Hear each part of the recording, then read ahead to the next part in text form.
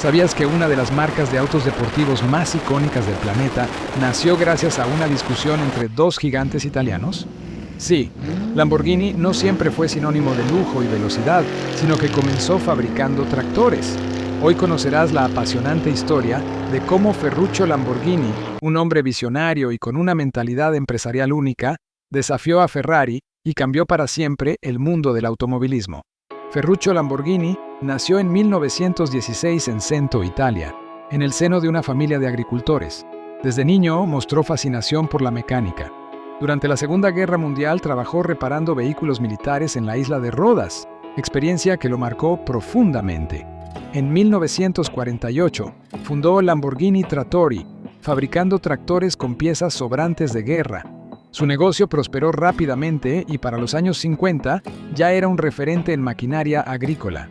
Ferruccio pensaba que, si quiero que un cliente confíe en mí, debo darle un producto que no falle nunca.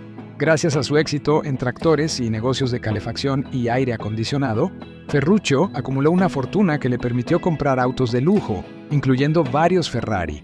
Y allí nació el conflicto que lo cambiaría todo. En 1962, Ferruccio compró un Ferrari 250 GT, pero notó fallos en el embrague. Decidió hablar directamente con Enzo Ferrari para sugerir mejoras. La respuesta fue arrogante.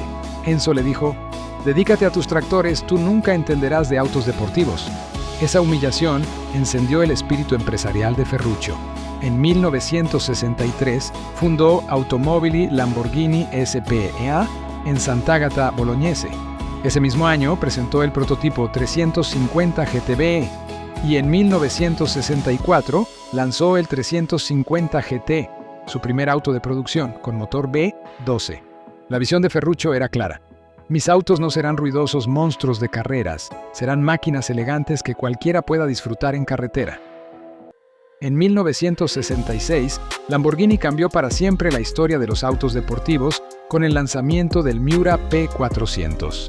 Diseñado por un grupo de ingenieros jóvenes, Giampaolo Dallara, Paolo Stanzani y Bob Wallace, el proyecto nació casi en secreto, ya que Ferruccio al principio no quería producir autos de carreras, pero la insistencia de su equipo fue clave. La filosofía de Ferruccio fue clara al aprobarlo. No busco autos para competir en pistas, sino para que el hombre común pueda sentir la emoción de la velocidad en carretera. Si lo hacemos, debe ser algo jamás visto. El Lamborghini Miura 1966 fue primer auto deportivo de gran producción con motor central trasero 12 transversal. Este diseño revolucionó la industria, con una potencia de 350 caballos, con una velocidad máxima cercana a los 280 km por hora. Su carrocería, diseñada por Marcello Gandini en Bertone, tenía líneas bajas, curvas sensuales y faros escamoteables que parecían pestañas.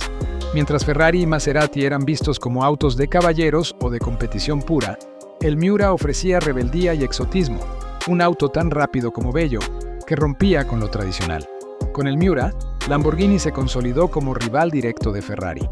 Mientras Enzo Ferrari seguía enfocado en los autos de competición, Ferruccio apostó por los gran turismos de lujo. Maserati, Aston Martin y Jaguar eran competidores fuertes, pero Lamborghini ofrecía un factor emocional que los demás no tenían. En 1968, Lamborghini presentó el Spada, un auto muy distinto al Miura, pero igual de revolucionario. Fue uno de los primeros Gran Turismo de 4 plazas realmente deportivos, algo que Ferrari y Maserati no habían ejecutado con tanto éxito. Con una potencia de motor V12 de 325 caballos, con velocidad máxima de 250 km por hora. Un coupé espacioso y elegante, también diseñado por Bertone, con un estilo futurista. El Spada fue muy exitoso, con más de 1,200 unidades vendidas, convirtiéndose en uno de los modelos más populares de la marca en esa época. En 1970 llegó el Jarama, un GT más compacto que el Spada. Un intento de ofrecer un auto deportivo con la potencia del .12, pero más manejable para mercados como el estadounidense, con una potencia de un motor Finu 12 de 350 a 365 caballos, con una velocidad máxima de 260 km por hora. Menos llamativo que el Miura, con líneas cuadradas pero aún con la elegancia de Bertone. Competencia directa, Ferrari 365 GT4 y Maserati Indy, Aunque no fue tan icónico como el Miura o el Spada, el Jarama mostró la estrategia de diversificación de la marca. Un Ferrari era para ganar en las pistas, un Lamborghini era para conquistar la carretera y el corazón de quien lo conducía. En 1973 llegó la crisis del petróleo, que afectó duramente a fabricantes de autos deportivos. Ferruccio, cansado de la presión financiera, vendió sus acciones en 1974 y se retiró a su viñedo. Sin embargo, la empresa no perdió su esencia. En 1974 nació el Countach LP400, famoso por su diseño futurista y puertas de tijera. El Countach se convirtió en un ícono de los años 80, manteniendo viva la rebeldía de la marca. Aunque pasó por manos suizas y después por Chrysler, en 1987, Lamborghini nunca dejó de arriesgarse con diseños radicales. Tras los altibajos de los años 70 y principios de los 80, Lamborghini entró en una etapa decisiva. En 1987, la marca fue adquirida por Chrysler Corporation, una jugada que buscaba darle estabilidad y acceso a mayor inversión. La visión empresarial en este momento era clara. Si Lamborghini quiere sobrevivir, debe crear un auto que vuelva a ponerlo en la cima, un símbolo que supere al legendario Countach. Ese desafío dio vida a uno de los autos más importantes en la historia de la marca, el Lamborghini Diablo. El Diablo fue presentado oficialmente en 1990 como sucesor del Countach, diseñado por Marcello Gandini, aunque modificado por Chrysler para suavizar líneas. El Diablo fue el auto más rápido de su época. En su estilo, las líneas agresivas pero más refinadas que el Countach, conservando el ADN futurista de la marca. Mientras Ferrari buscaba autos de alto desempeño para pista y McLaren se enfocaba en la ingeniería extrema, Lamborghini ofrecía un auto brutal, veloz y lujoso, un torpedo en carretera diseñado para impresionar tanto en desempeño como en presencia visual. Con el tiempo, surgieron varias versiones: Diablo VT 1993, Diablo SE 30994, Diablo SB 1995, Diablo GT 1999.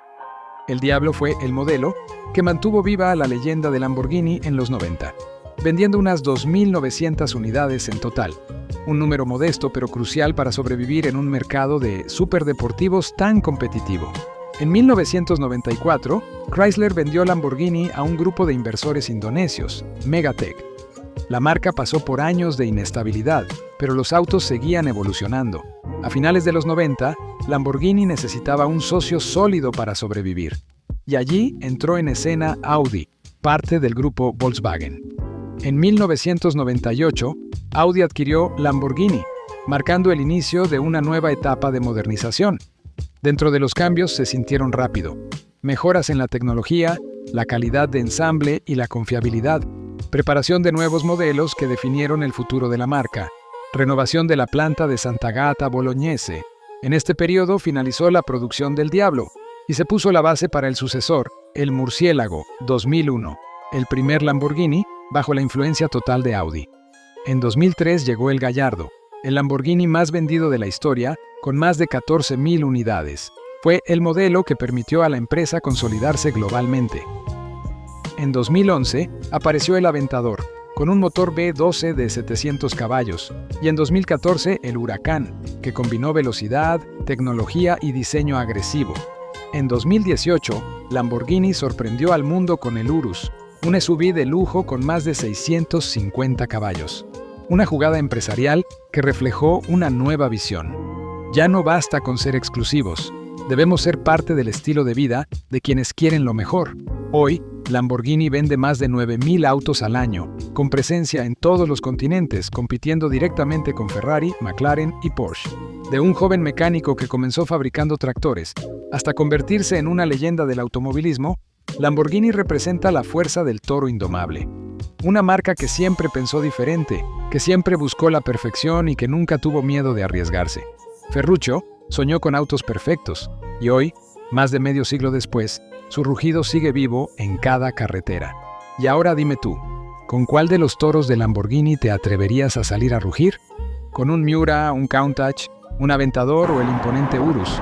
Déjamelo en los comentarios.